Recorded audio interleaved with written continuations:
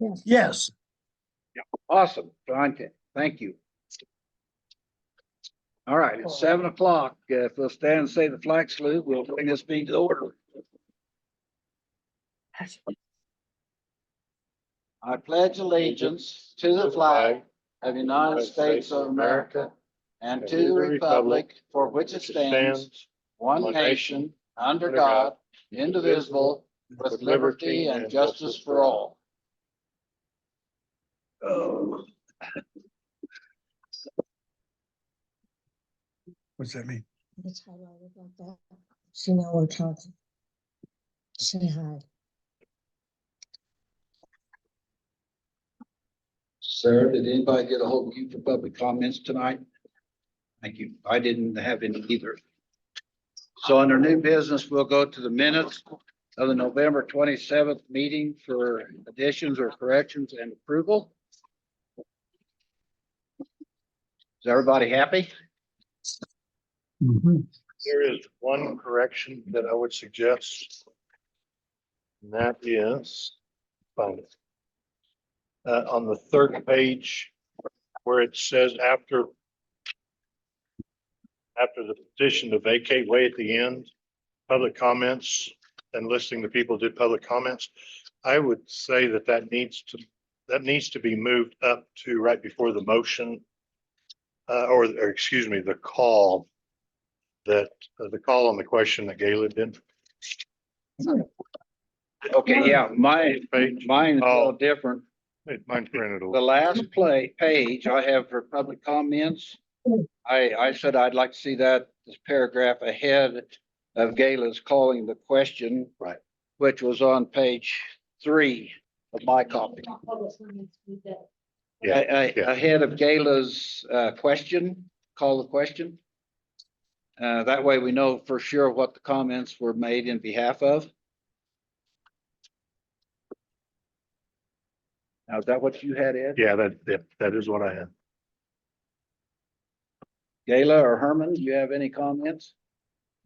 Well, Roger, How about you, Roger? Do you have any corrections, additions, or any comments on the minutes of the 27th of November meeting? No, I'm good.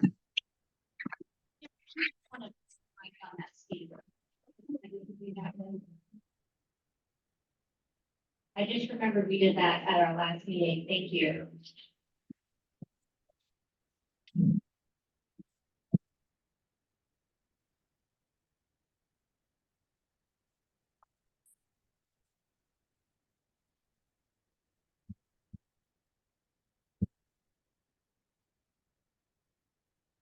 Does it just need to lean over the speaker, or how do you want to? Yeah.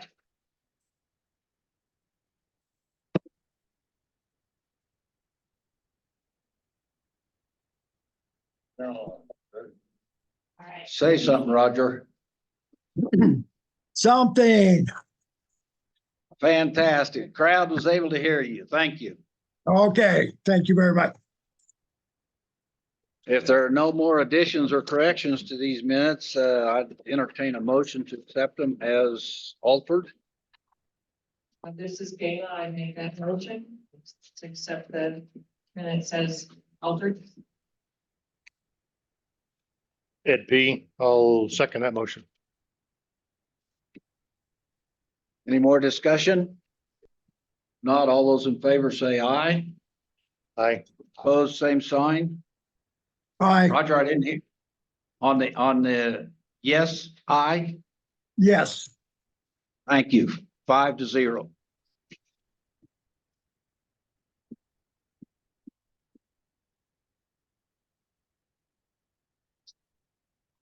All right, moving on down. We have discussed and vote on the Schellenberg petition to vacate streets and alleys. With any updates from the Schellenberg petition. Mr. Schellenberg, would you like to take the podium and clue us in?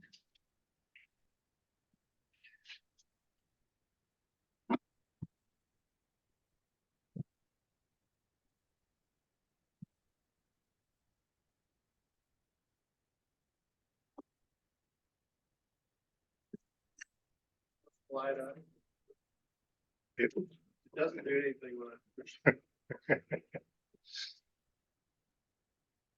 Will you try to stand? Now. Yeah.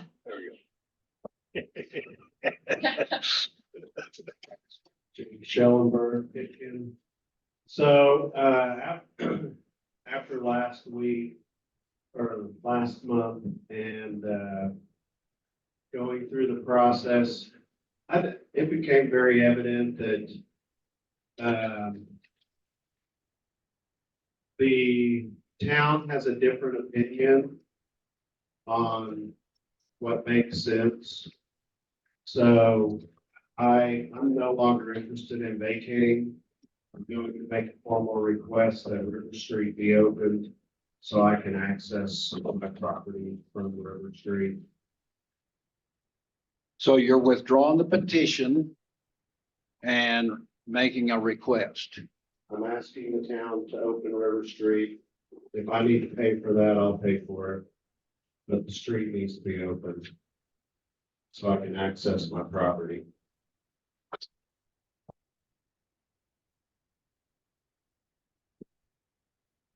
Will you just pop that in an email and send it to the board so I can forward it to them? Thank you. I wasn't paying attention, Sarah. What was that? Just ask if he would, if he wants to make a formal request to the town, if he would send that in an email so I can forward it to the board. Thank you. And that will go to the trustees.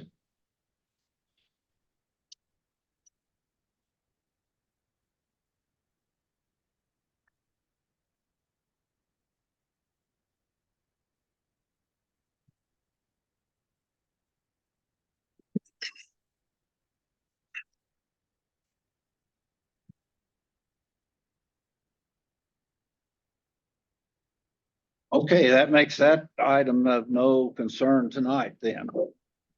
Moving on, discuss and vote to move the zoning board of adjustments meetings to the second Monday night of each month. And originally on the agenda, I had posted, I wanted to move it to the first Monday night. So we meet 1 week ahead of the trustees instead of meeting after the trustees. And then it's 3 weeks till the trustee acts on any of our actions. And just tonight, I found out that the attorney cannot attend the second Monday nights of the month, but he can the first Monday night. So we'll swap it around and see if the trustees will allow us to move into their old position. Anybody here on the panel have any discussion on that proposal? So just to clarify, the board of trustees is moving to the third Yes. Monday of, can't hear me? The board of trustees is moving to the third Monday of the month due to the town attorney's request. So we'd be trying to move to the second Monday of the month. If I could just jump in, so the board of trustees will be moving to the third Monday beginning in February. Oh, So okay, January is still the second Okay. the second Monday for the board of trustees, so you wouldn't want to schedule. so we'll stay as we are until February. February. That would be my suggestion. Okay. Thank you. Thanks for the clarification.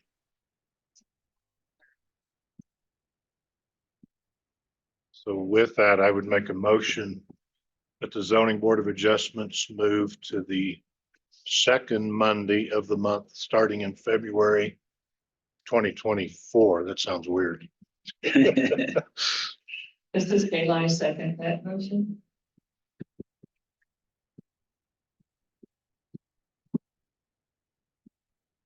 Is there any discussion? Monday in the February, right, Sarah? Correct. Say yes. Yes. Yes, Roger? Yes. All right, it's unanimous, 5 yes and 0 no's.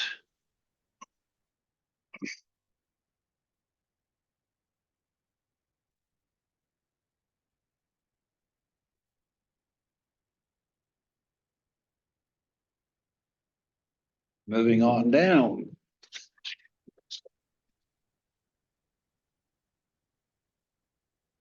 This is one of my challenges that I want to put on the agenda for tonight, to discuss and vote to send the Board of Trustees confirmation from the new town attorney that he is in agreement with the recommendation from Schumacher and O'Laughlin regarding the House Bill 22-1362 Energy Code, which we want to be ahead of the 2026 state mandates. And we have a report that Chris gave us, what, 6 months ago? In July. Yep. Okay, July. And so I think it's a point mainly, Sarah, that to get it to the trustees that we would request that our new attorney either agree or disagree. And if he does disagree, tell us where.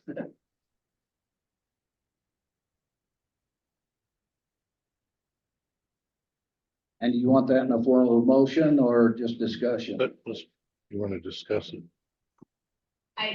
However you want to do it. If you want to, you want to ask the board if they will. Yes. ask the attorney to spend time. To Well, review. I think the trustees have to ask him or the mayor. I don't think we can as the zoning board of So adjustment. you're gonna, yeah. Yeah, you could do it. But I would sure like it confirmed so we know we're on the right page as we go Okay. forward. Okay. So can I make a comment on it? Please. And this is, I guess, just for general consumption. If you haven't read House Bill 22-1362, as a citizen of Colorado, you need to. It is, the House passed the bill last year or earlier this year in June, I believe, that by 2026, every municipality or every town that has a zoning code with Yep. building codes must implement the new energy code. Unless you do it before June of 2026, you can implement the 2021 energy code. And just real brief, I pulled it. There's 3 documents out there you can pull. And just a real quick summary, if you haven't looked at it, the 2026 code says that any major remodel of a home or a new home construction, not just a home, it's commercial property as well, will have to be EV compliant and EV ready. So you have to have all the power, the wiring, everything for electric vehicle charging stations. And you also have to have solar ready. So all the power, panels, the roof construction, all have to be able to support a solar panels. Now, if a town implements it before June of 2026, they can implement the 2021 code, energy code, which does have some things with insulation and so forth with it. The major difference is you only have to be solar ready for 2021 code, but not EV ready. But if as a citizen, you need to look at it and see what the state has passed. I don't know how we're going to adopt it in Pitkin, but we're not going to have a choice, it looks like, unless it gets repealed. We hope. That'd be beautiful. That's why I encourage everybody to look at it and then. And our attorney may have a lot more work to do than we thought 6 months ago. Would anybody like to put that in the form of a motion so we can send it on to the trustees, please?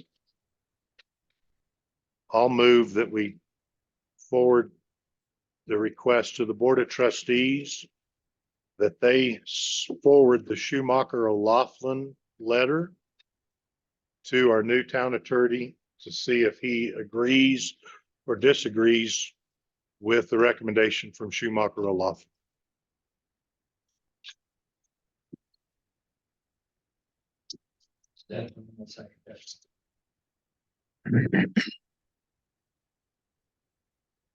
Got us, Sarah?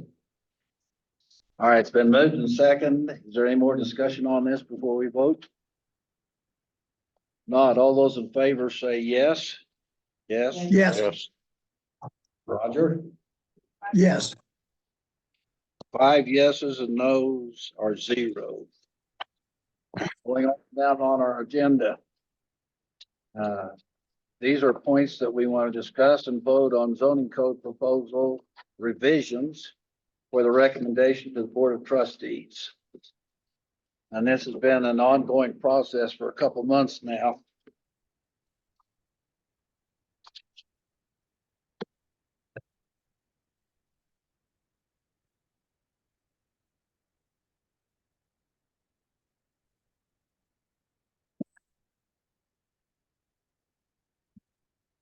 One thing I'd like to ask our board, uh, with challenges of interpretations of the 2022 zoning code, do we want to work on these things and think that we are doing the right thing to answer the trustees' questions of last month? Or do we want to table and get definitions off of the attorney on our codes before we start trying to adjust, add to, or correct, or change? It was my understanding that the board just wanted these presented as they would be in the zoning code if they were accepted. So we need to write them up as the code. And then the trustees yays or nays them. But so you can't just, list what they are. You have to write up the paragraphs and all that. Oh, yes. But I don't know when it's appropriate, Jesse, but I have a comment about the renewal of building permits. It's on the, Do we have a bullet on that? yeah, there's a bullet on it. Second to last bullet. I just wonder if we should go to 5-year permits that last 5 years. I don't know how you build anything in 2 years. You can't even get lumber half the time. I don't, So I guess what I'd suggest, Gayla, is let's just start at the top of the list and try to work down one at a time. I thought we kind of did that already. Well, Some of them. no, because we've got to define what they are. And I'll just, I worked on some definitions as recommendations. Not saying this is what it needs to be, but it's a recommendation if we want to look at it and then adjust. Okay, If that's. Yeah. feasible. sure. Okay, Pianalto, are you on the first bullet point I'm on the first bullet. Yeah. on the OWTS? No, on the fence, Oh, on the fence permit form? definition for fences. Oh, okay.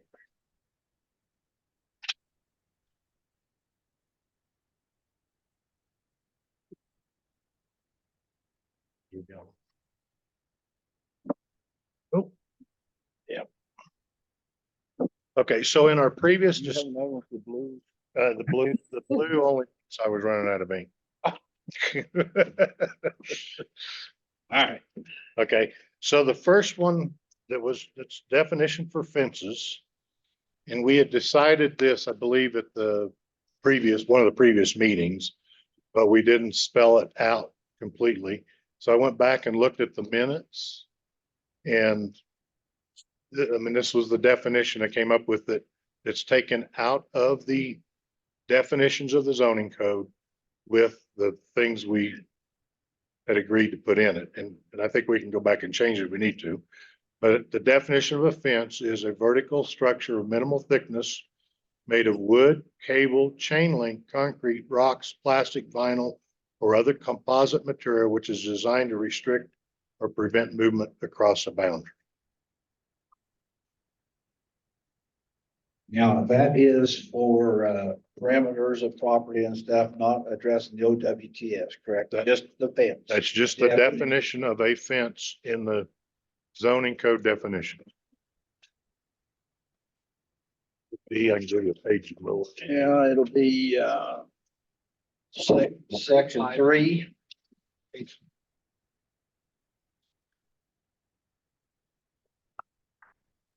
Yes, on page 5. That's correct.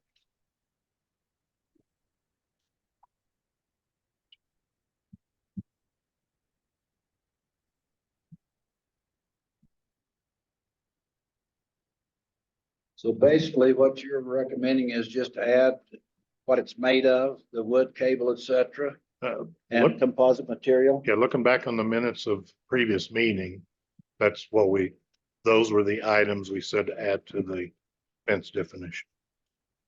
Roger, do you have any inputs on that definition of a fence? Yes. Yeah, the fence, I think I'm happy with. I don't know why the confusion between OWTS markers and a fence confuses me. I think you can mark, your OWTS with anything you want. It's primarily what we're trying to say. And that fences are boundary markers for your property. Right, and Or, that, yeah, and that's what the definition says, is it's prevent movement across a boundary for a Yeah. fence. And I So- think what you're questioning, goes on down to the marking of the OWTS, what's above ground, what's below ground. So right now, let's just deal with the definition of a fence, please. yeah, good enough.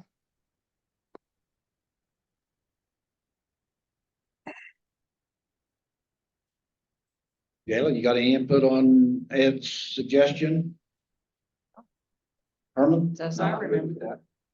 And Roger says he's good, I'm good with it. Do you want each one of these as a, motion, Sarah, to send it to the trustees? Or can we just, I think probably we can, after each one, I can write approves or not approves, and then you can make one motion at the end to send all the approved changes to the board. That might be a little easier on time if we did it that way. it should be faster, so, yes. Yes, I have a question. Pardon? I have a question. Yes, So previous meeting, we discussed that we weren't going to require a permit for OWTS boundary, just for. yeah, that will be after this definition of a fence. Okay. That's all I want to deal with right now is the definition, please. So question, Sarah, are you opening up the Word document of the zoning code and making the changes there? I will, Okay, Okay. But I'm not gonna do it while you're having a discussion. I'll just make sure to have the information and then I'll send it to you before I send it. Fantastic. All right, Okay. so I believe we have 5 of us in agreement to this definition of a fence. there you go.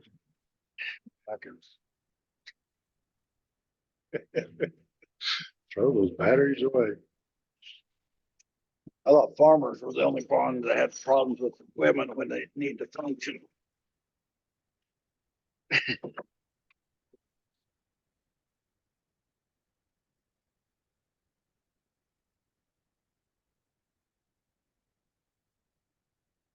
Testing.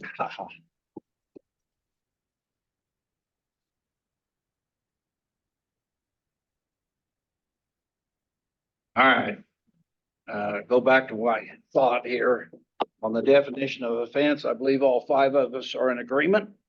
So we'll move on down to drafting of oh no, let's go ahead on the OWTS markers and the definitions. So as Tom had brought up before at one of our past meetings, it's a good idea to have a definition for an OWTS marker to identify above ground what's below ground. So this is a suggestion for an on-site wastewater treatment system OWTS marker. Any fence type structure which marks above ground to identify what is below ground in relation to septic tanks and soil treatment areas commonly known as a leach field. And that would be a definition we'd add into the definitions on page 5. Tom, is that what you had in mind? I think it's a wonderful idea. Imagine if we'd have been doing that. Praise God. Thank you, sir. Galen, any input on that definition? It's good. Ed? Roger? Sounds good to me. Awesome. All right, Sarah, if you got that, what he just gave, you can put 5 of us in, please. Pardon? She's got the sheet with it. Wonderful.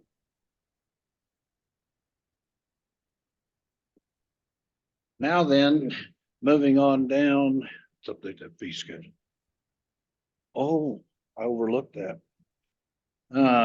What did in our last meeting, did we come up with a fee schedule for fences? Not, well, this is for the OWTS markers. I understood no fee. That's right. So, but we would, I think we should update the fee schedule to show it as no fee for OWTS markers, just to be clear.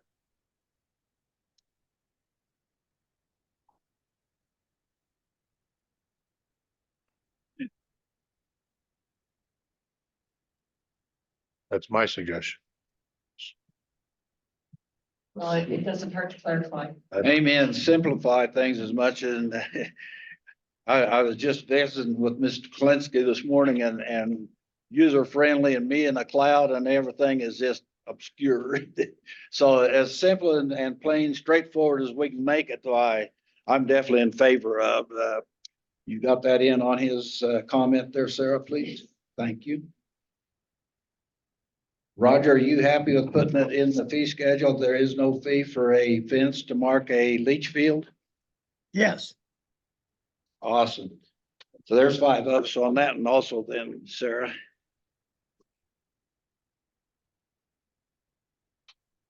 Now, moving on down, I took the liberty of trying to make a proposal for a fence permit, and I wrote draft on it. I should have made more copies. I did. Oh, I gave you one. Oh. Sarah. Trade this to Sarah, please.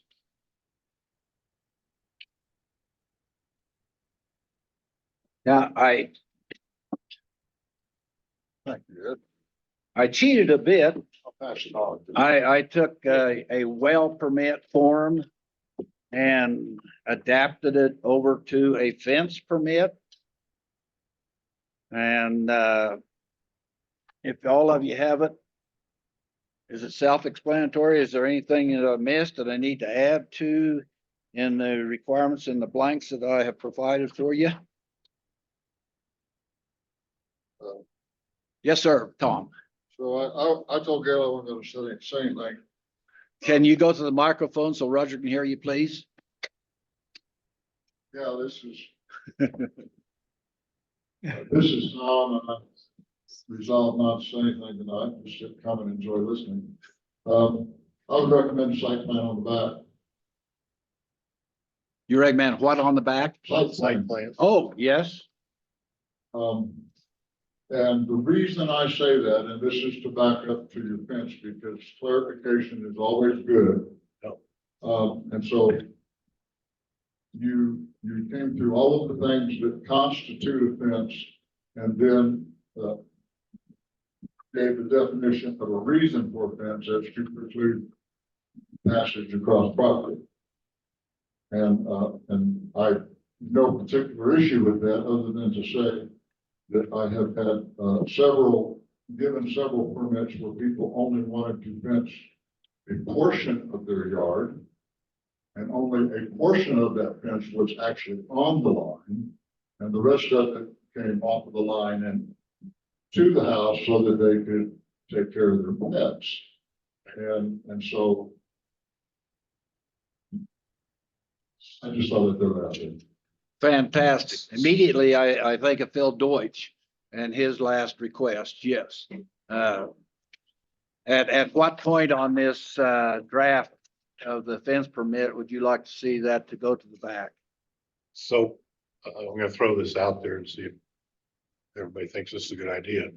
So where it says block, lot number, and site plan of proposed fence, maybe in parentheses, maybe not in parentheses, but add use back of permit for drawing.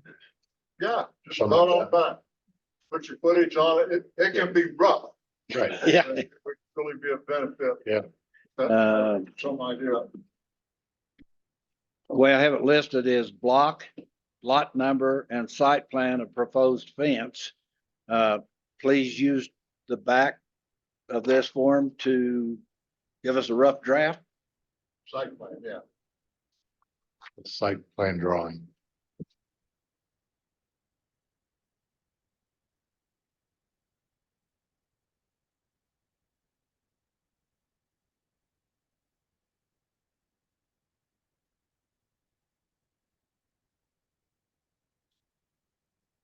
I put in parentheses, use back for a site plan drawing.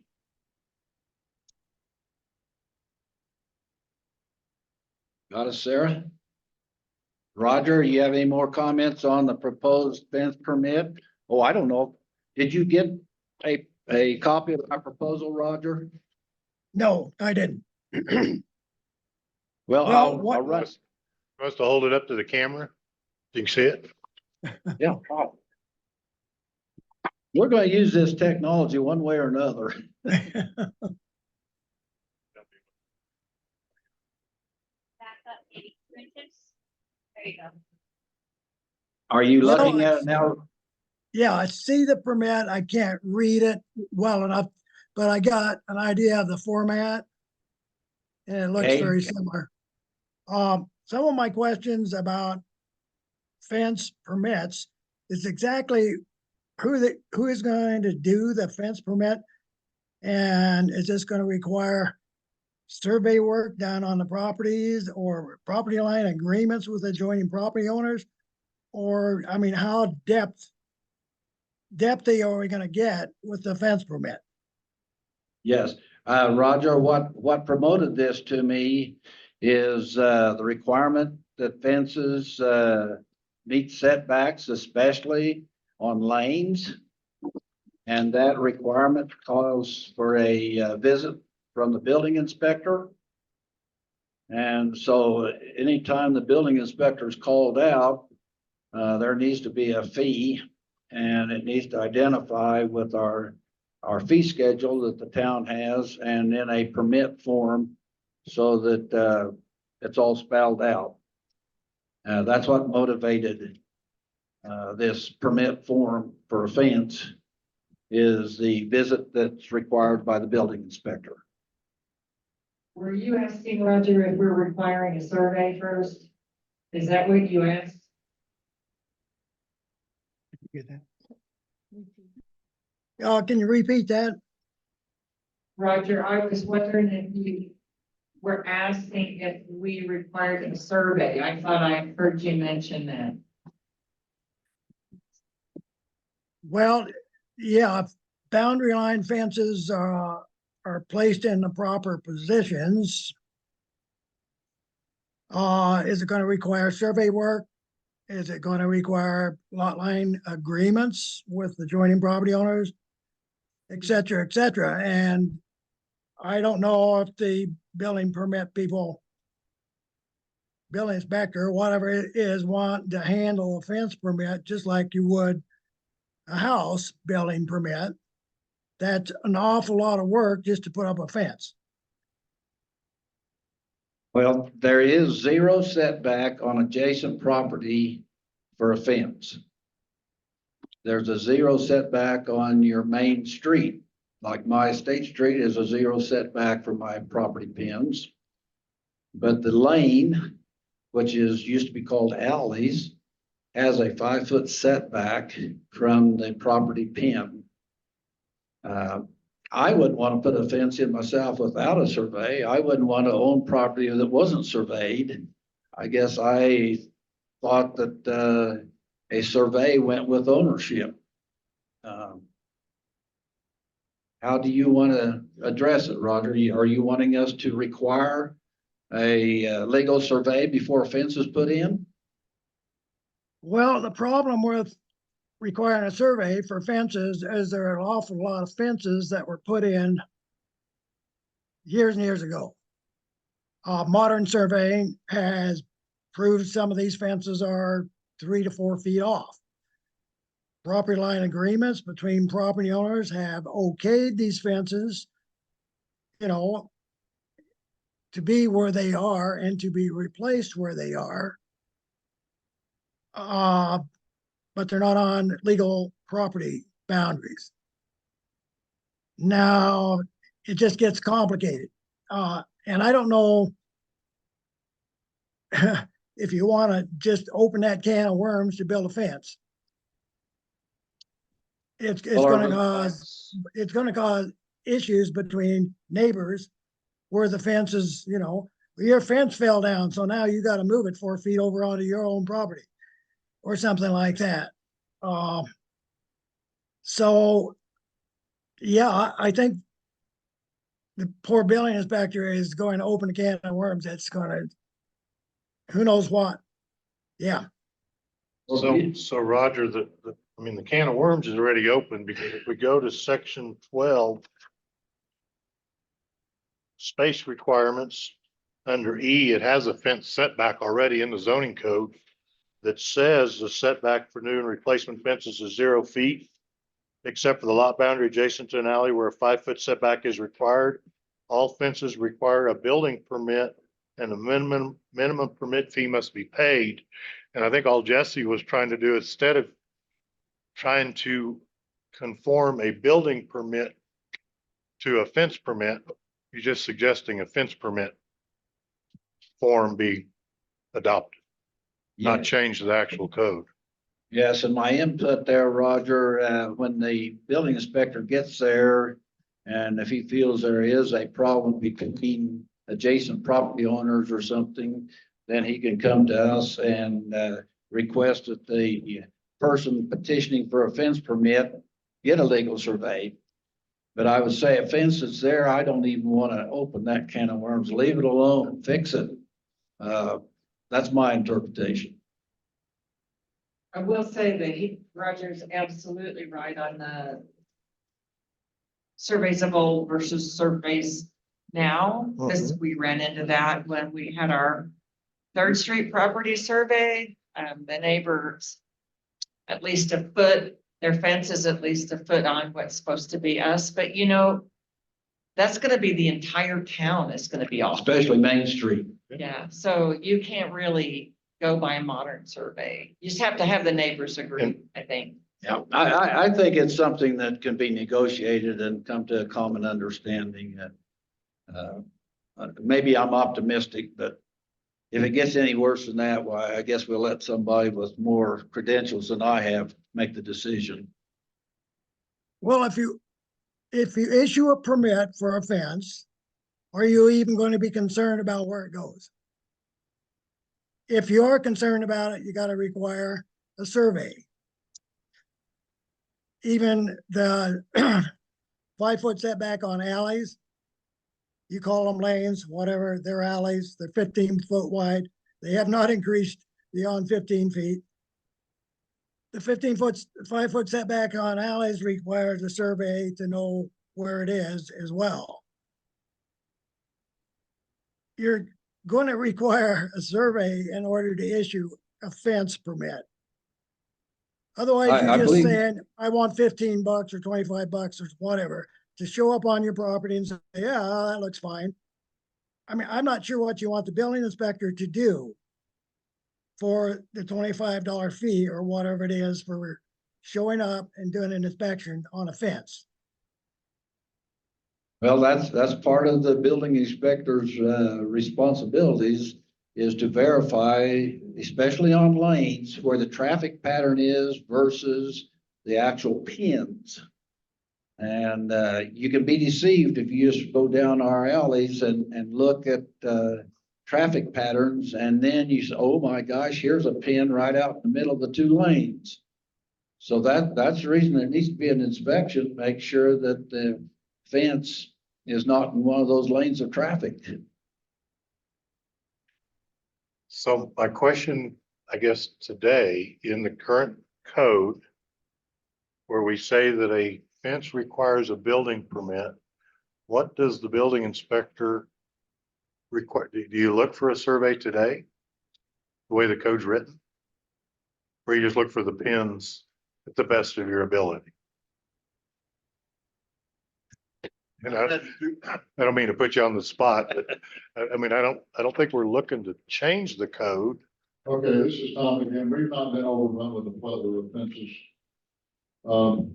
The most recent one that Jesse mentioned was still Deutsch, and he was well marked between himself and his neighbor. Yeah. Yes. That was not an issue. What's the young man down here? Wiles is his last name? Is that- Will Wild, Will, Yeah. yeah, we know. He called me up and he wants to put in a fence. And I go down there and we measured for an hour. And I put markers in where I thought the line would be, and I said, we're moving your fence in off of this marker 8 inches. Fantastic. Because I got 9 and 10 inches of variation down here, just a little ways down. Yeah. And it gets worse going that way. So, he was fine with that. I believe it. And so that's how I dealt with that. And that's pretty much my fence experience. Well, I believe you made a just call there, and that's the reason you got the big title building inspector is because of the intelligence. Thank you, Tom.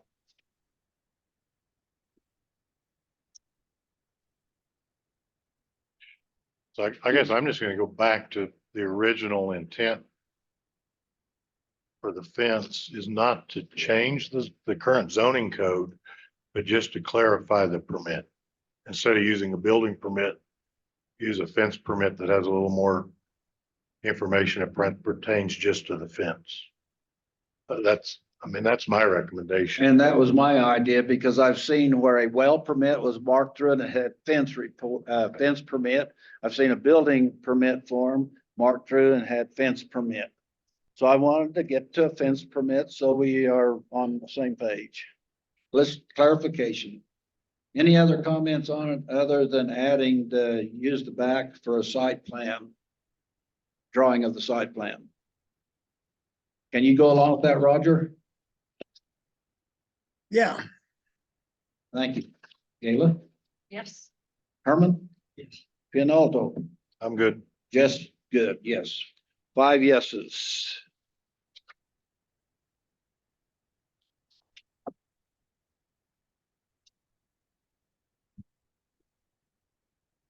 Now let's go on to section 12E, the setback offenses.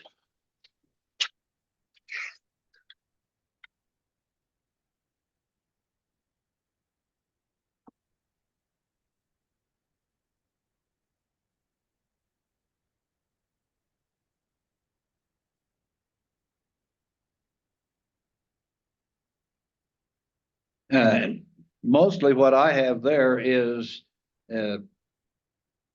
section 12E, the third line of fence setback, where it goes, all fences require a building permit and a minimum permit fee must be paid.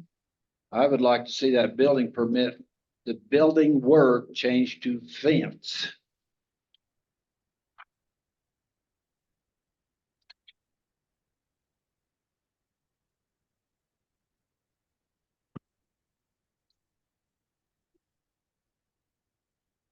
Find it, Herman, page 9. Okay, Kayla? You want to say all fences require a fence permit? Is that what you? Yes, change the word building to fence. Okay. I think it makes it much clearer. Any more comments on section E of section 12?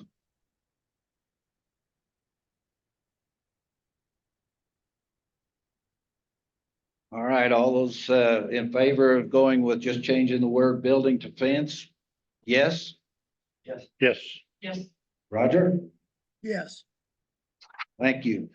Sarah, did you get that? Yes. Thank you, ma'am. Now then, going on to moving of structures within the property. Oh, yes, Pete? Yeah, take the stand. I'm sorry. Thank you for calling my attention to it.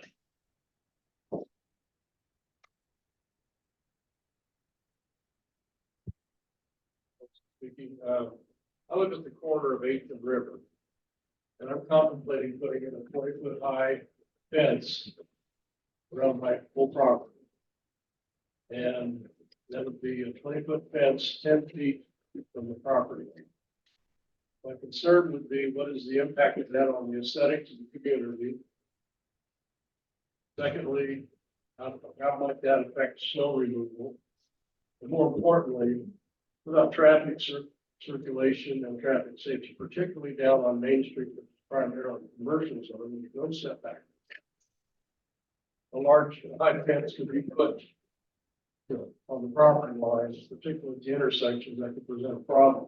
So I would suggest that you consider a couple of things. First of all, a maximum fence height. It comes from the community that more often than not, people have their yards fenced in, but there's a 6-foot maximum height on the fence. Secondly, there's a requirement that the fence drop down to no higher than 3 feet between the front of the house and the street. So in other words, you could build a fence on your boundary, but it will be 3 or 4 feet high. And then particularly on corners, there's a requirement to observe what's called a vision clearance triangle, traffic safety. In the case of my community, from the property line, I have to go back 25 feet on each property line at the corner. And cannot have a fence that would obstruct the view of traffic entering the area. So that's my comment. I think that there should be consideration of maximum building height restriction on in the front of the building to the street, that the height would be allowed. And I think that's an aesthetic thing and also potentially safety. Those are my comments. Thank you. Thank you, Pete. And we do have that pretty well addressed in our codes on the not obscuring vision of traffic at intersections. And did you pull that up, Pianoka? It's on under section 13, maximum building structure and fence heights. B, a fence shall not be such a height that it impedes traffic visibility at an intersection or a driveway, is the way it's currently written. Mr. Gibb gets the big paycheck. You know, I don't know of anybody in the town that's tried to obscure traffic vision intersections and stuff. But if they did, I'm sure Tom would be aware and let us know about it.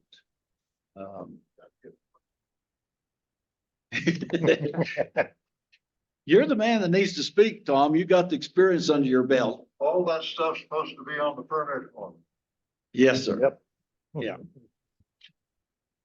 But thank you for reiterating that, Pete. That is true. Do you want to add a section on the permit form for the proposed height of the fence? How did that read? Where were you? There's not a proposed height on it, Question. but you could add, yeah, what's that? You could cite that provision in the zoning code in conjunction with your height line. We're Because trying not that's to real rewrite obvious. the code. Well, if we open up the codes, we can address about any paragraph or section. Right, this is something that is a smart change. The smart time to do it would be when it's already When we're- open for other changes. Putting all the changes in there. Because we have to have a public hearing anytime we reopen this, Correct. or the trustees do. Multiple. public- Yes, probably. Yep. So that's the reason we're putting them all together at one time to present to the trustees. Now, I'm not up to speed where you kids were on what section of Section 13?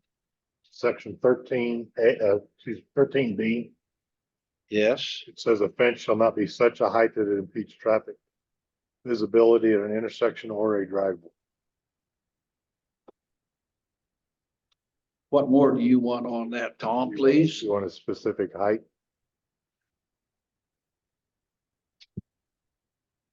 So that section of the zoning code seems fairly straightforward to me, and my suggestion was to cite that right on the top of the fence permit.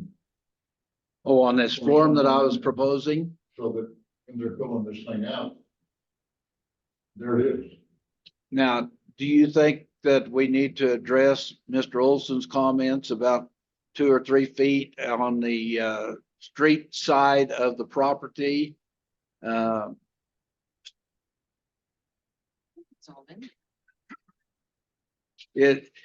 definition to impede visibility can possibly be different between Jess and Ed and Tom and Chris, all of us.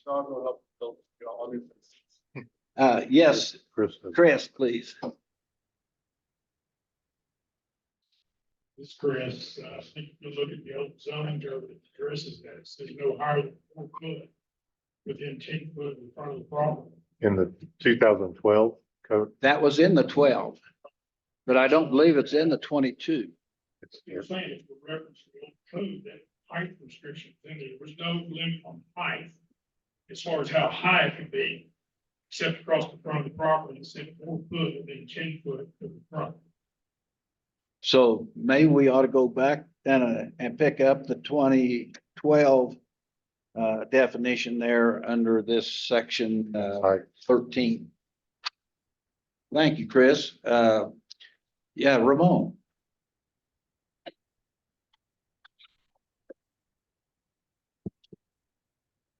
The language that is currently in the ordinance, I was the one who suggested that while I was on the board. And let me explain why. In writing an ordinance such as this, there are 2 very distinct ways of putting in requirements. One is called prescriptive, which means you put a number in there, such as a setback. Setback is 10 feet. That's pretty clear. Fence, you can do the same thing. The second way of putting in restrictions is called performance rather than prescriptive. And the purpose of that is that the restriction can vary as far as height, distance, and so on, but it needs to meet some requirement. And I think if you look around Pitkin, you can understand that a 4 foot, 4 foot, I guess if you want to put that as a maximum on a straight line, you could always see over that, except for perhaps a dog or a snowmobile. Or a sports car. Yeah. But the reason I suggested language that is in there is what other reason do we have for restricting the height or even location of a fence other than visibility? And performance works better for that. If you start putting in whether it's 6 foot, 4 foot, 10 foot, 20, you're getting into design code. And trust me, you don't want to go there. Amen. I mean, you put in a 6 foot limit on fences, then what's next? Is it gonna be a limit on a shed? Could only be 10 foot high. Various things. It's just, and in Pitkin especially, because we have planted very wide streets, 80 and 66 foot wide streets, and the actual driving or driven portion of it is always very far, creating its own setback. And so all fences, except where the street maybe curves around the corner or something, they have a built-in setback. And, and that's why it makes more sense to look at the property and say, well, you can't put a fence here that's more than you can see over because it could restrict the traffic. Or you're so far back, doesn't matter if you got an 8 foot fence there, by the time anyone gets to the corner or the edge of the driveway or whatever, you can see them. So I like that performance attitude, and Tom, I think, has a lot of discretion. And if we ever have a different building inspector, you're gonna hand that information right on down, please. Say yes, Tom. Thank you, thank you, Ramon. All right, we've got that bullet taken care of. Moving on down. Before we move on, can I just clarify, did you want the fence permit to have a reference to the applicable section of the zoning code? You want that to be added to this permit? Because it was suggested, I thought, to add a, please see zoning code section 13B. Do you want that on here? B or E? B, boy, beta.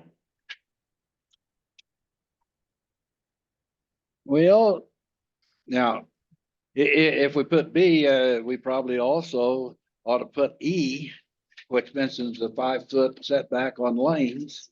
So if we just address section 12, Okay. Oh, 12, Gayla? 12 I E, think in general, section. section, well, yeah, section. For fence, it's section 12E.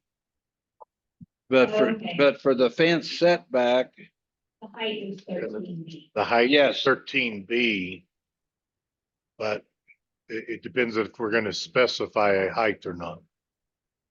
I kind of like Ramon's idea of the performance and let some common sense weigh in, and the building inspector make a determination. If somebody proposes a solid fence 6 foot high, clear up to their very driveway or to the intersection pins, and I don't want to bar trouble. My opinion, that's all it is that when you don't specify it, you leave it open to interpretation.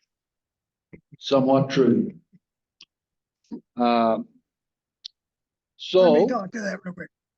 yes, Roger, go ahead, Roger. please. Yeah. There's gonna be a whole bunch of interpretation. Is this 5-foot setback on lanes if they are built and used? There's a lot of alleyways and various different things that have never been constructed within the town. And some of those, are contingent up against the hillside, et cetera, for getting septic systems in and various other things. Yeah, where all does this apply? To built roads? Should we specify lanes that are constructed or on the map, or how do we do that? My comment to that, Roger, on this fence permit form, if we put right at the top of it, please refer to section 12 and 13 of the 2022 building codes. It ought to be as self-explanatory as necessary, unless somebody gets hard-headed, and you're gonna have a fight on your hands if somebody wants to be letters law hard-headed anyways. So I believe if you just address section 12 and 13 of the 22 building codes at the top of this fence permit, all the bases will be covered.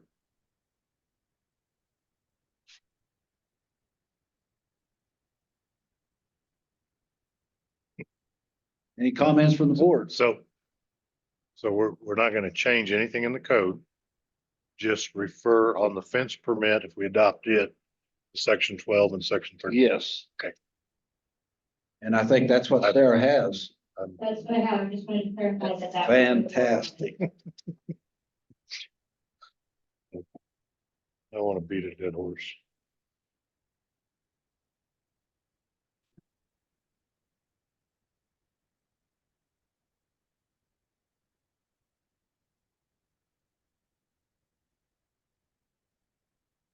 Awesome. Thank you, everybody.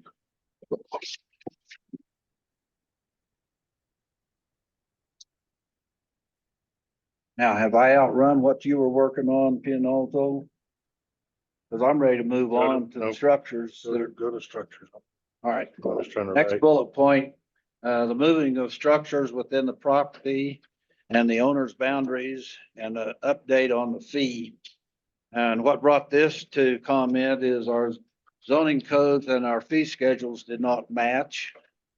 And so my proposal is to get those to match.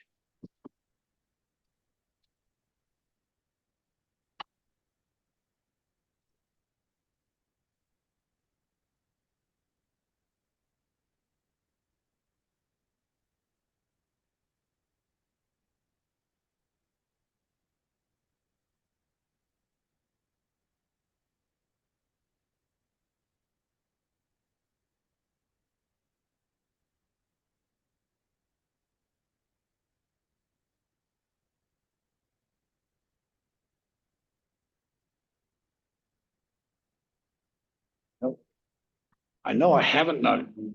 All right, section 17. 17A says, no building or structure shall be erected, moved, or structurally altered unless all required permits, et cetera, are in order. So in order to have that, then you go back to the fee schedule. There was no fee schedule for a moving of a building. And so that's the reason I wanted to bring that to our attention. So I'll just reference the second page of the definition recommendations under section 17 of building permits. Change it to read, under number 1 there. Storage sheds of 120 square feet or smaller, including weatherport type structures, do not require a building permit fee with added. Oh, sorry. So storage sheds of 120 square feet or smaller, including weatherport type structures, do not require a building permit fee with added square footage costs, but do require a setback visit from the building inspector with a setback verification fee. Then strike out the must meet setbacks line in there, and then at the bottom of it, refer to town of Pitkin fee schedule for appropriate fee if we want to implement such a fee. And that's, you need any clarification on that? That's all about. The only, well, I guess I'm getting ahead of you here. Oh, Moving on down to what that fee in our schedule, fee schedule is printed right here. What is that fee? That's my question. Herman says $75. Kayla, you have any disagree or agree with Herman? That's what it says right here. I don't, Well, this is just this proposed. is recommendation. I ran off and forgot my zoning, but Oh. I had it out, so I don't have anything to look at. Well, and Roger, when we have to have the building inspector come out to make sure setbacks are met, what is the minimum fee? Do you have agree with 75? Or you want more or less?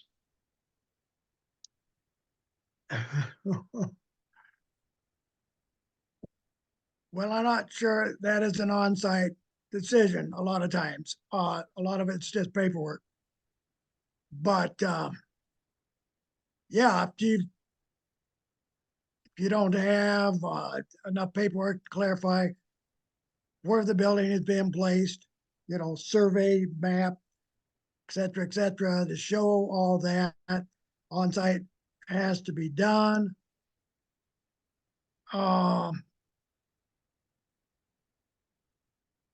There you go. I don't know. My concern is anytime the building inspector is called out, it's going to take some of his time and travel.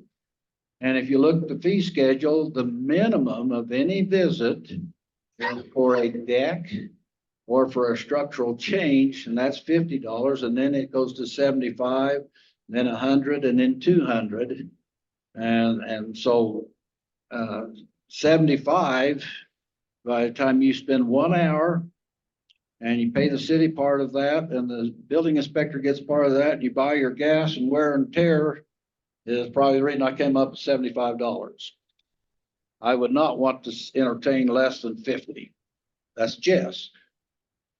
So what are you saying, Roger? Well, yeah, you're making the building inspector into quite a job here. Yeah. If the town's not gonna pay him, he's gotta make money somehow. Apparently, he's gonna bilk it out of the poor guy building a fence or whatever, but yeah, I guess that's the way you wanna go about it. I do understand that the building inspector is not doing all this for free. Yes, thank you. I have a grammatical Okay, yes, ma'am. suggestion. I don't think there needs to be a comma between structure and without. Yeah. The word shed must be freestanding and cannot attach to any structure. Where you at, Galen? I'm not your English major. Well- Sarah, do you have input on that comma between structure and without a permit? Yeah, that's actually an error in the 2022 code, and we can go ahead and just fix Fix that. that, right? Yes, please. Now's the time. Now, board, come up with a number for the fee to go into our fee schedule. We've kicked at least two numbers around. I think our fee today, if, let's say I want to move, or I want to put in a shed. The fee today to put in that shed is $75 plus.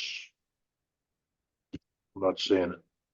Well, accessory Oh, building accessory is building. $100. $100 plus 50 cents a square foot. Correct. So all we're saying is that if someone has a building on their property already and they want to move it to make sure it meets setback, it's a $75 fee. And that goes in line with other fence setback review, other constructions requiring a permit, a well permit. And it's basically the time for the building inspector to come out and make sure it meets setback. Herman? You agree with 75? Ayla?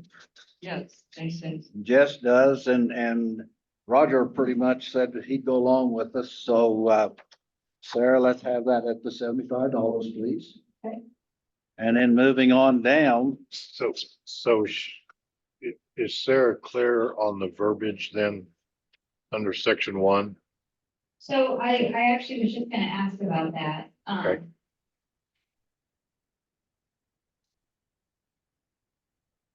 I see what's here. And I do understand the intention.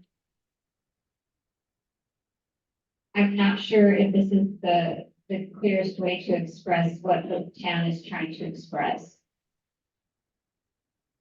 So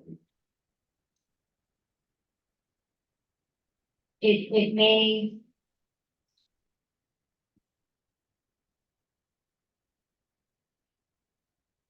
It's just a very long sentence. It is. It is. And as I read, I mean, you have to be careful when you read. you'll want to remember, I'm a Dutch. Because it says, do not require a building permit fee with added square footage costs. And it does, there is a fee, just doesn't have the added square footage costs.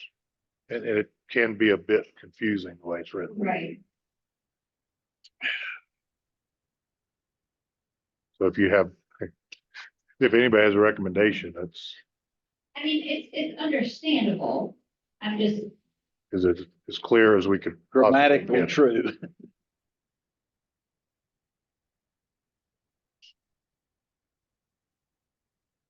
I operate in the realm of run-on sentences, so. that would be my only suggestion is maybe just to split that up. You know, storage sheds of 120 square feet or smaller, including weatherboard type structures, do not require a building permit because they don't. I A don't building- think, unless you want them. A building permit with fee does not require. No, they do not require a building permit. Uh-huh. Less than 120 square feet or smaller do not require a building permit. Well, so the. With fee. maybe the word width ought to be between, permit and fee. So what the current code says is storage sheds of 120 square feet or smaller, including weatherport type structures, do not require a permit but must meet setbacks. Right. Yes, So I think that's very clear. yes. And so maybe what you're wanting to interject there is a fee will be charged for setback verification. Yes. Yeah, I rather like than- that. And that's where that I like that. $75 comes in. Okay. Yep. So I'm gonna take that. Tom's got something he wants to Okay. Awesome. before you write this. I'm sure glad you weren't gonna say anything tonight, Tom, because you're the man to answer to us. Okay, so this is Tom Gibb, and this clarification is important. So the first time, so when Ed filled out his permit, building permit to get a building. So he's got the size of the building, he has a site plan of the location of the building, and he's got a building permit. It comes in, it sets. I go see, make sure it meets setbacks, we're good. Yes. But there's a paper trail. And I'm not hearing a paper trail. Because if that building moves, Yes. then the previous site plan is obsolete. That's We're now correct. in a new site. However, this section is only dealing with sheds 120 square feet or smaller. Okay, So they don't require, no. A building permit. you're talking about large. Yeah. ones. Right. I think Sarah's on the right page on, how she mentioned to adjust that particular paragraph. So this is just what I'm proposing, just to keep the changes to a minimum, but still express what you are wanting to express, I think. I just added after do not require a permit but must meet setbacks. A fee will be charged for setback verification. Fees will be listed in the town of Pitkin fee schedule. And then it's the same. And then one non-permitted storage shed per site, additional storage shed require a building permit. Must be freestanding, so all that stays the same. So really what you wanted to add was that there would be a setback verification fee. Yes. If it's being moved. Okay. Yep. Now, Tom brought up another question that I'm not sure we addressed. What about those buildings? I mean, we already say no building or structure shall be erected, moved, or structurally altered unless all required permits for said work have been issued by the authority. So what if it's a building over 120 square feet and someone wants to move? Then you get a permit. Then you just gotta get a whole new building. Yeah. permit. This relocation fee is open. Okay. Do we feel like that's clear enough in here? I think that it's clear. I didn't have a question about that, but perhaps somebody else does and they can kind of enlighten the board on what's not clear about it. I I think mean, anything that. clear, it's talking about smaller Right. here. So if Yeah, you're one is moving- talking about smaller. Yeah, Moving a cabin, there's no question that you're gonna be Oh, able to do that yeah. without. right. So what about point two? Any building or structure that is moved within a property owner's boundary will require a relocation permit to ensure that it meets property setbacks. Refer to the town of Pitkin fee schedule. Isn't that, Oh. is that self-explanatory enough, or? It would be an addition. So is there gonna be a relocation permit developed then? Yes, and I believe what brought this up is when Susie needed to move a cabin to build her new home, and then Thomas Kelly needed to move it. And then he did pay for a building permit.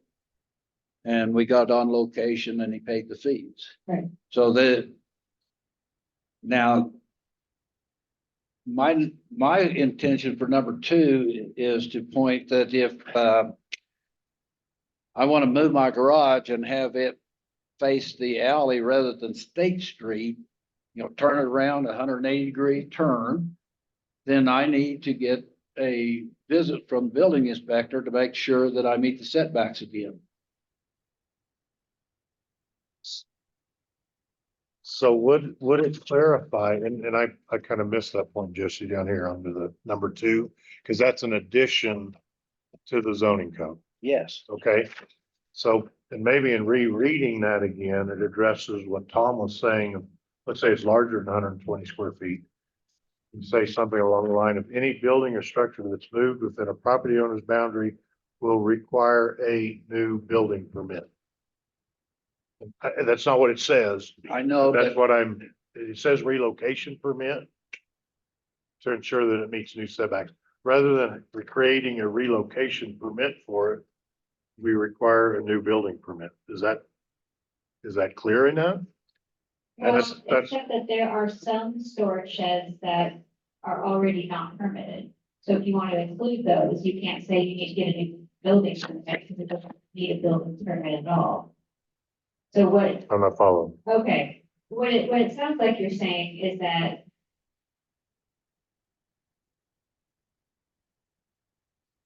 just a new building permit will be needed anytime something is moved.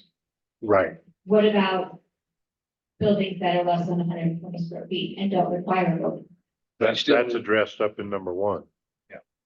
so maybe number 2 ought to be accessory buildings over 120 square feet. Okay, Does that ring a bell? that clarifies it. So we got number 1 is less 120 square feet or Yes. smaller. Number 2 is addressing 121 square feet or larger. Does that make sense? And I like the word accessory building because that would include storage sheds and garages and Would there be any action required if somebody wants to move a storage shed that's less than 120 square feet? I believe in number 1, he will. Number 1 addresses. Just a setback there. Yes, It's the setback yeah, verification. that minimum fee of 75 Number 1. bucks. And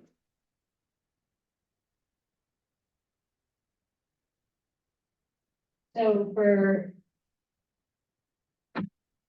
proposed number 2, what would you like that to say?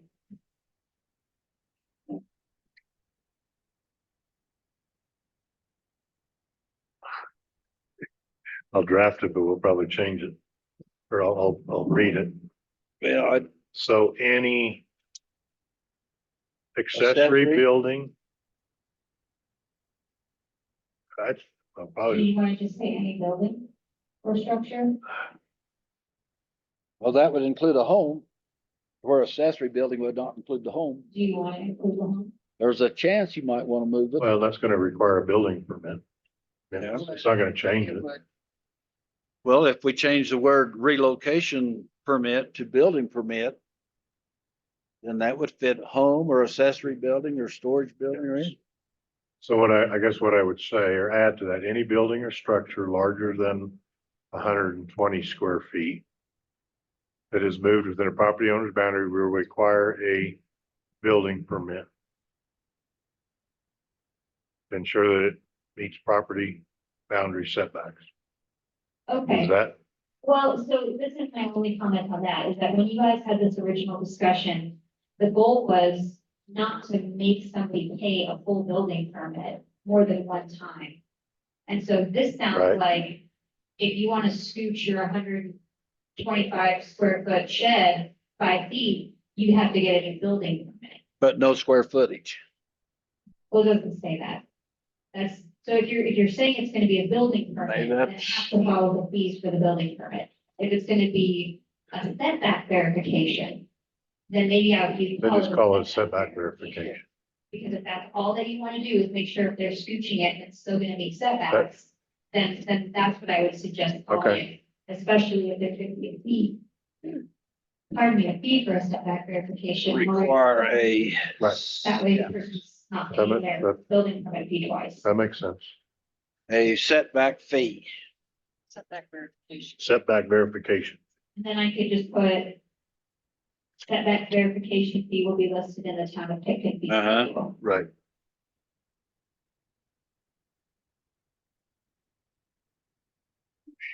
We're at 8:20. You wanna stop there?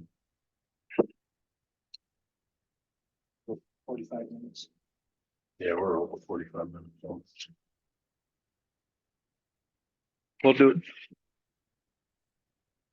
All right, we have all of that, and the last one in that section was number 3, all decks and porches require a building permit and are subject to permit fees. Is not in. I want to finish this section before we. Okay, that is number 2 under section 17A already. Yes. Oh, So we just be adding that section 2 that Sarah was working on. yes, sir. And then that, what was section 2 becomes section 3. All decks and porches require building permit are subject to permit fees. Oh, yes, that's a numerical adjustment. Yeah, Got that? Fantastic. not totally lost. my spot. Okay.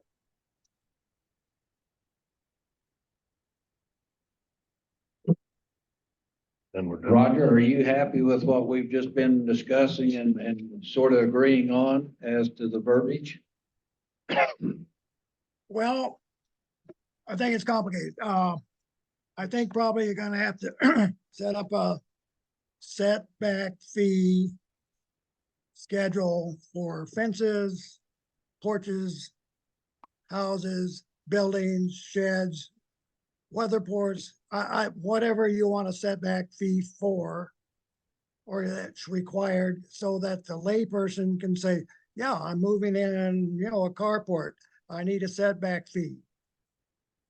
I need to go, qualify where I put it for setbacks.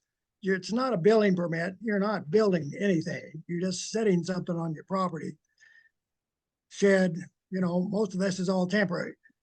If it's got a foundation under it, I mean, that's a building permit, but it doesn't have foundation under it. It's really just a setback qualification is all the building inspector is going to do.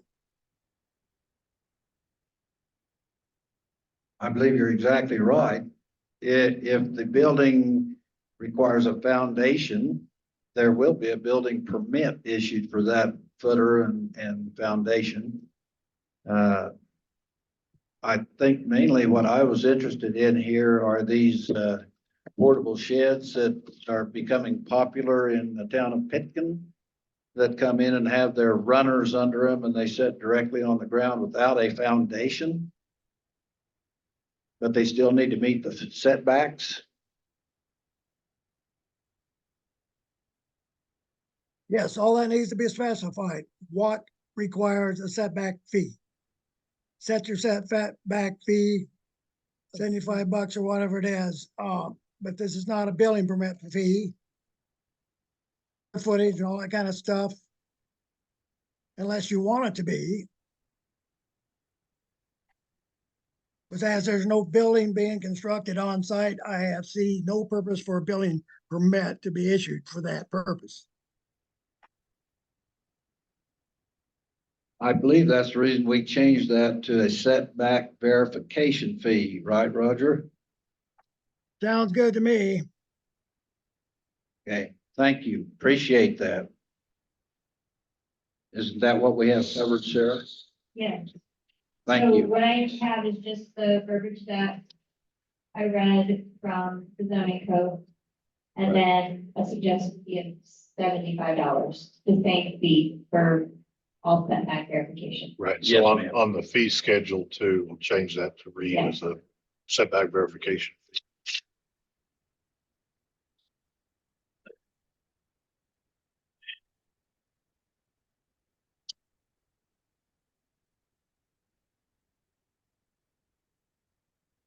All right, in light of the time of day and all, I believe we better postpone the last 4 bullets on the front page and go back to our old business.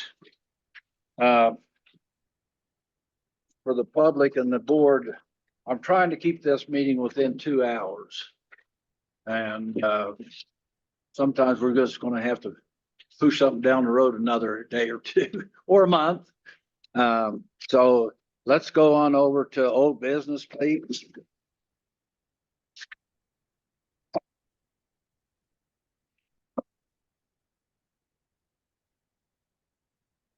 And basically, Pin Alto, I'd want you, I'm not very hep on this spreadsheet and how to operate it. You and Sarah are doing a good job on it. I have a report from Gala on the OWTS.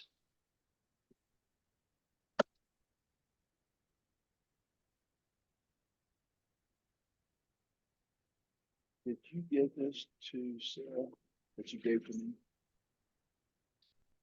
Make sure I got one.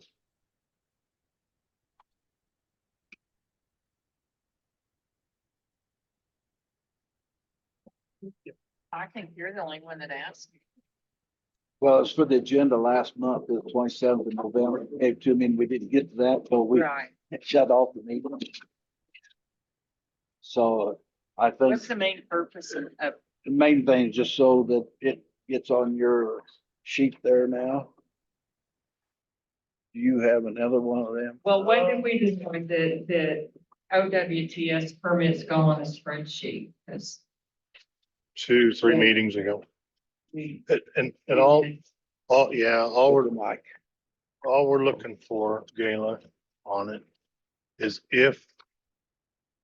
Trying to find another copy here for just.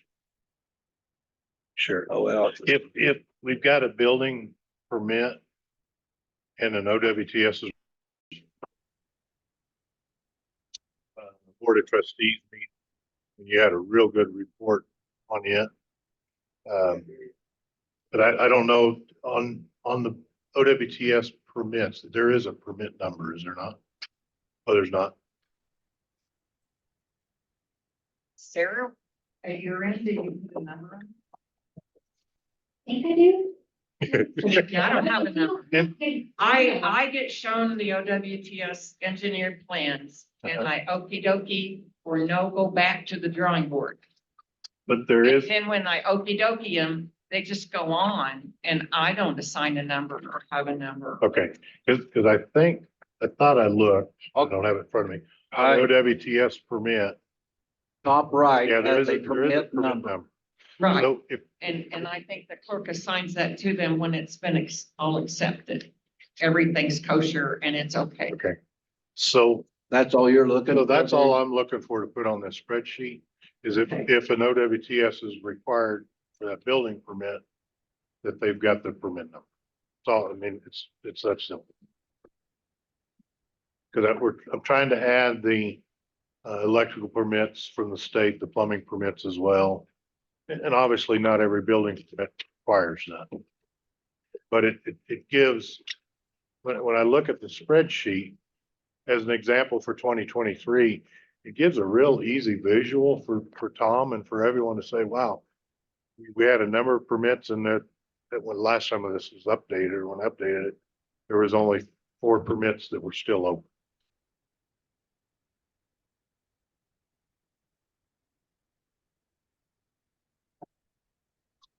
And so Sarah and Pin Alto, are you in agreement that the first bullet point under old business on the spreadsheet is up to date and we can So rely?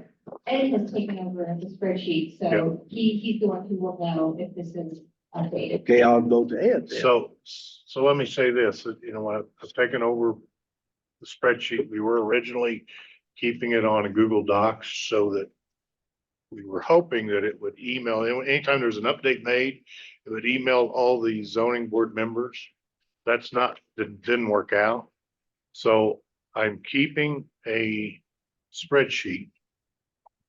This exact spreadsheet right here that is open to the public. So if anybody wants it, we can email it to whomever might want it, just to keep, it's the word I'm looking for. Now, is that a core request or is it available on demand?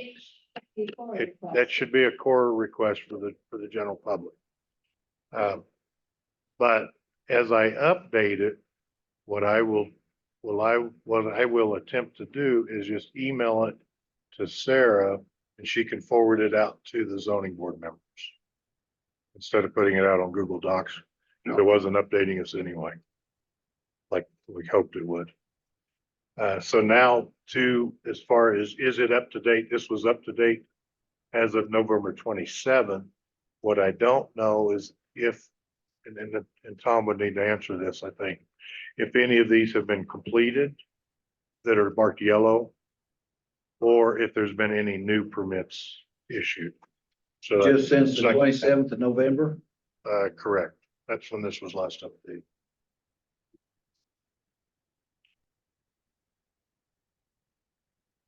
So I know like Beery's well is still open. I mean, he hasn't drilled that second one yet. Armstrong on 304 Main Street with the porch, the deck repair and rebuild. Say that again. Armstrong on 304 Main. Doug, yeah.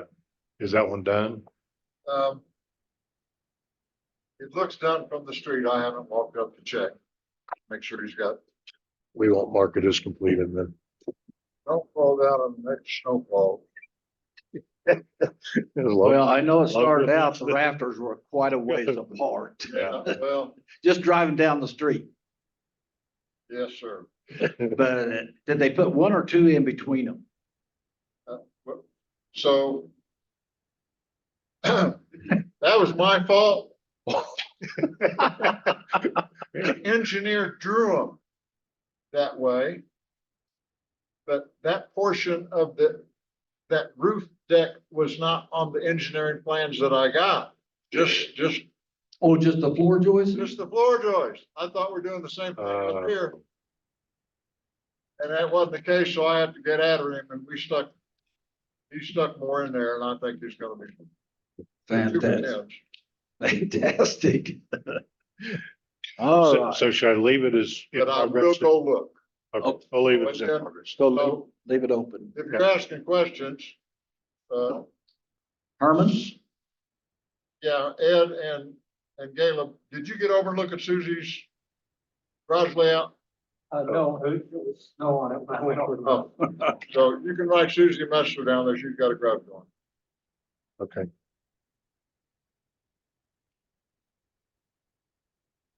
Was that not on her original building permit? I thought it included a home and garage. Yeah, but I don't think it was to size and right. Okay, thank you. And then the rest of them in 2022. I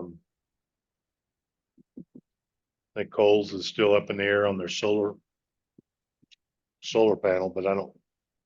That's a, You think Coles ever get done with it? I, Do you know if Coles got done with their solar split? Not done yet. Not done yet. Okay. It's done, but the electrical tie is not done, so technically. it's So not- not done. Not And terminated. that's up to GCEA. Wonderful. and the state. I am not GC. No, I know. Okay, 507 River, we know they're still working on that. They're still working on Molly's. I don't know if the Candace Memorial, is that considered done on the construction part of it or not? The I construction, don't think we'll get to call that done till we cover all the bases required for total accessibility Sursa. for everybody. Yeah. Handicapping. Okay. Yeah. Okay. So The town insurance company, Sursa, has come up and which brings a question. Sursa requires a ADA handicap parking for every 6 spaces, excuse me, 1 for 6. 1 per 6. Now, the $64 question, I think the Parks and Rec went from the creek side of Quartz Lane to the creek for the gazebo and park. So the parking area from Quartz Lane up to State Street, where Jess, as street commissioner, thought we could get 6 per side on an angle park. I believe that's city requirement rather than the memorial gazebo. That's my interpretation. I would verify that with the board, because the last time something similar came up in terms of who's required to do what, the board was under the understanding that there was gonna be not any cost to the town for the development of the park area. Of the park area, yes, and that was with my labor time on the soil that we hauled in, That's- remember? Yes, And so the town did not pay for the Jesse's tractor to do that part. correct. And that was from the Quartz Lane to the creek, Well. which is the park area. Okay, so maybe a rephrase, what I would suggest then, if there is gonna be a request of the town to pay for putting in parking that the town had not planned to put in, I would suggest requesting that of the town so that it can be put in the budget for next year. Well, one of my remembrances, and Ramon, you can correct me on this, at one of those meetings with the trustee on behalf of the park and the gazebo and stuff, we were talking about that fill dirt that Taylor's provided. And was talking about parking there, and you made a comment that night that the city ought to go ahead and gravel it so that it was an all-weather area. Remember that? So this is something I can bring up to the trustees or get the chairman of the gazebo, the memorial gazebo, to bring to the trustees, but yeah, go ahead, Ramon. I had a question about the whole thing that there was never an opportunity to ask, and I guess you'd be the person to ask. So, because you were talking about diagonal parking. Yes, we visited about that versus parallel parking and that didn't How do you work. do diagonal parking on a non-paved parking area? How you do it on River Street or State Street. You They don't have diagonal parking. there's places, there's plenty of room to Yeah. take Fourth Street, for example. There's 4 vehicles there today parked diagonally. Fourth between State and Main.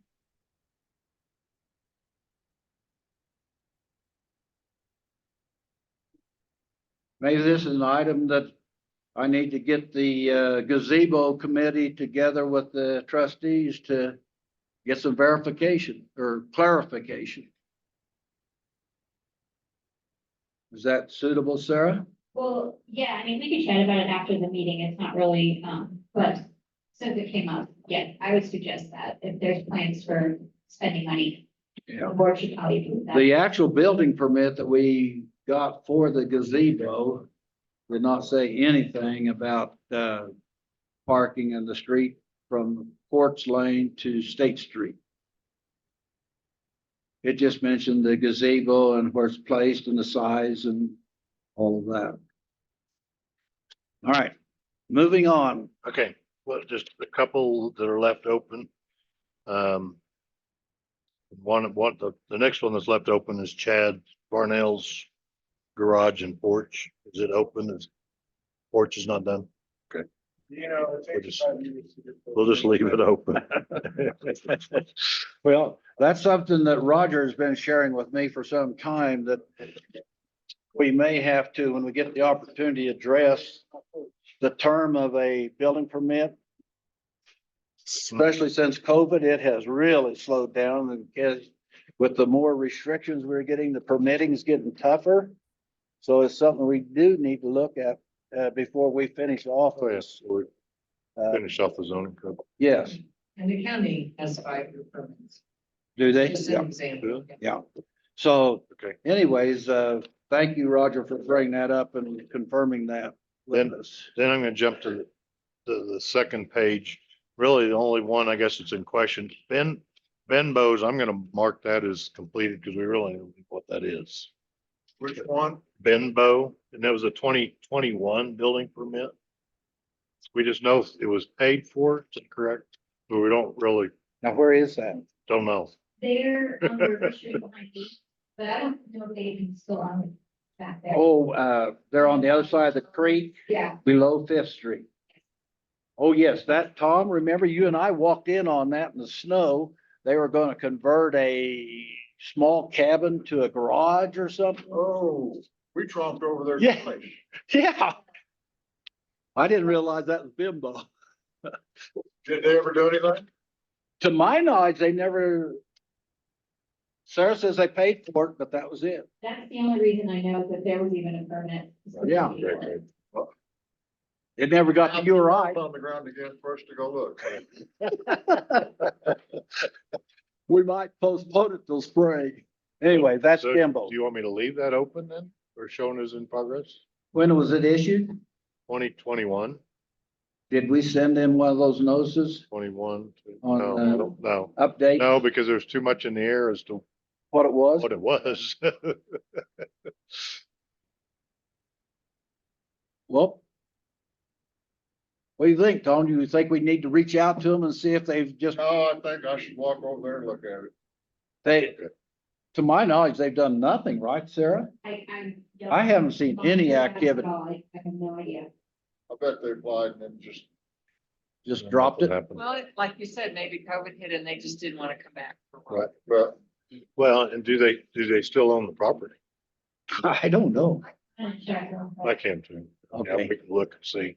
All If they right. don't own it, then Well, if they don't own it, and it's the 2 years is expired, then, move on. yes. And then I know we talked about Tenelle's, we thought it was a shed, but we. That's all I know about it. Over on Main Street. Yeah. Yeah, there's something about that, and I don't remember what it was. They Um, have a shed, but I, they have one of those move-in sheds without a foundation. But were they, seems like they were wanting to, do they share a leach field or they anything? share the whole. Seems like there was system something to that with- effect. With Eddie, and they're hiring an engineer to put in their own if they can. So what does that have to do with the shed? Nothing. to Well, I do was with wondering the if shed. that was the permit, if it's an OWTS instead of a shed. No, they don't Was have a that shed. yet. Well, there is a shed there on the property that wasn't there a couple years ago. Must have moved in. or- It's a moved-in shed with, runners under it, no foundation. Oh. It's between the trailer house and Main Street, Mhm. facing Main Street. Yeah. I would say if it's that shed, it is complete. Tom, do you agree? it was. I don't keep track of this. They moved that shed in and it was, it was done the day it got moved in. Yeah. Well, It, you go over and measure. it appears it meets setbacks, but I haven't measured it. I just thought it was complete. So you just want me to mark it as complete? I'm Yeah. willing to call it complete. Tom's willing. And then Yes. Susie's house, that is done. But not the garage yet. Not the garage, no, the garage is a new permit, so Yes, it'll actually go there on were some changes in. 2023. design. Okay. All right, so that's really the only is changes I'll make to the spreadsheet, then I'll send it out. Um, All right, let's move on down. Have we gotten any more letters back from, the property owners that we sent certified mail to? No, one of them didn't pick it up, and so it just came back unopened. Oh, unopened. Is it legal to tell us which one? It was, Return- Sharon's was returned. yeah, she didn't pick that. so. I want to ask Tom too. So do we have the permits for Sharon Owens and Michael Evans? I have, Could we get a copy of them so we can see specifically what the permit is? yeah, that'd probably. And see what we need to do with it at that point. I mean, the most we can do with it as far as zoning board is ask them or send a letter asking to give us an update on what their plan is. And that's as far as we can take it. Permits are complete. Why would you do that? Well, they haven't seen. We haven't seen them, Oh, so and you didn't even ask the building inspector if they were complete. well, I do believe when we first asked for this spreadsheet gala, we asked for all open building permits, what they were, even beyond the 3 years. We can't hear you. We asked for what all the open building permits beyond the 3 years. So the request was made. I'll make a formal request so it's in the minutes I had to go out and find. for the open permits for Michael Ebert and Sharon Owens. I don't believe they're still open, but Do you just You would want, be you want the discovering permit? Just the permit, just the permit. Just, So we can see what the permit was for. so should we go ahead then? Do you want to grab the permit to see if I can find the permit for Benbow then? So, because if you're doing It- permits that might be open that are unknown, do you want me to try to look for that one? as well? Yeah, absolutely. Okay, Yeah. It could be a good idea. and then do you want Tanel as well, or are you just focusing on these two? Or are they finished?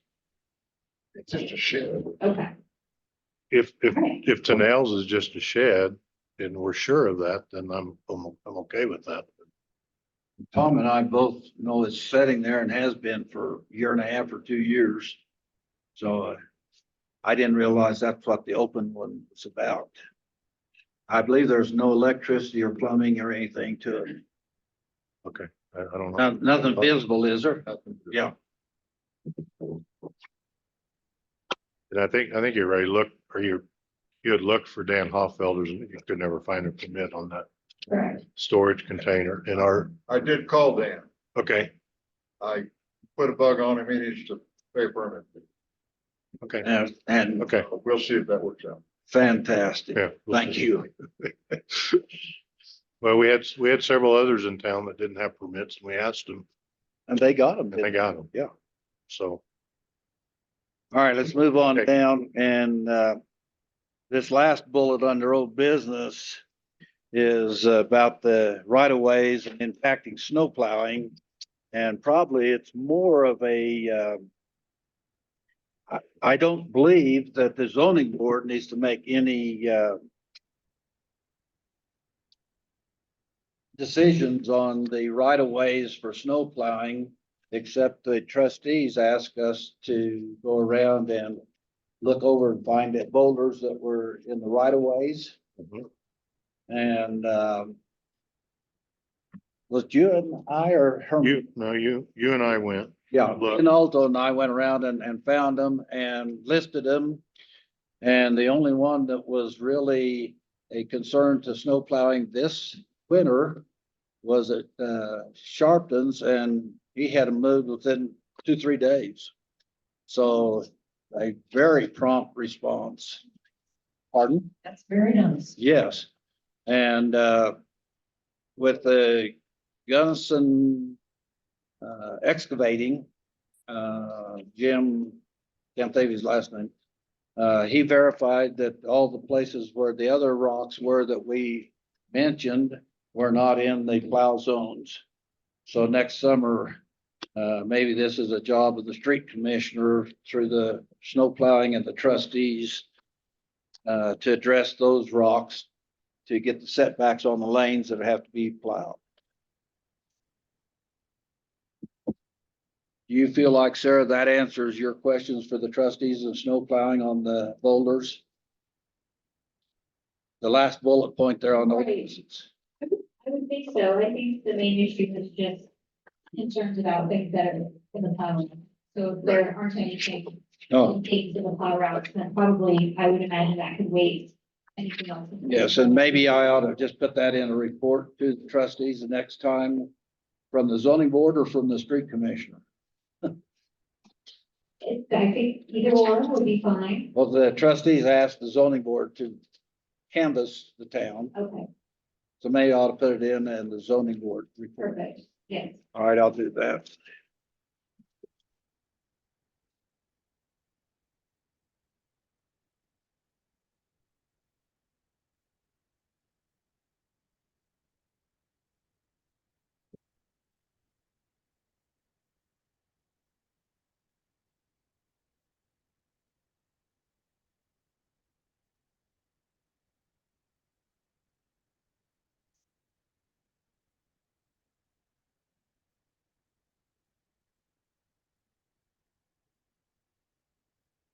Is there any old business that I'm not aware of?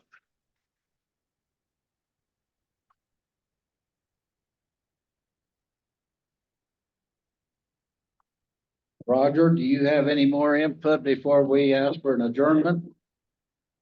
No, I think you're on the right track. I think building, I don't think zoning board has anything to do with rocks in the middle of the road, dead snowmobiles. They got that issue in Gorse Creek properties, but I don't think zoning board has anything to do with it. So just the road inspection guy wants to go through and, clear the roadways before winter and do all that kind of good stuff.